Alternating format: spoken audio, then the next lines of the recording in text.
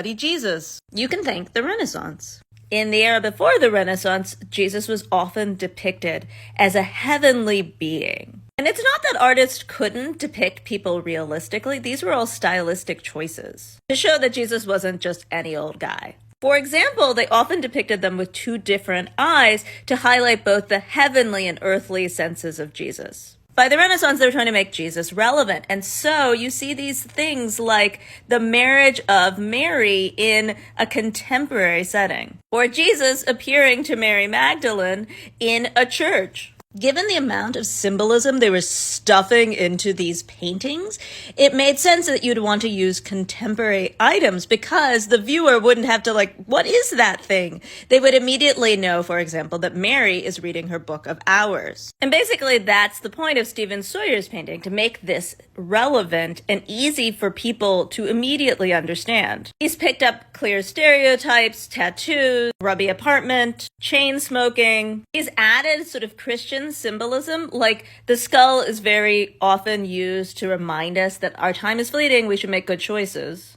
The hand is probably a reference to Jesus was here. The cards could be a reference to the Roman soldiers who bet when Jesus was being crucified. Either way, because this is in a contemporary setting, we can focus on all the crazy symbolism in here, which is basically the same point of Renaissance Christian art.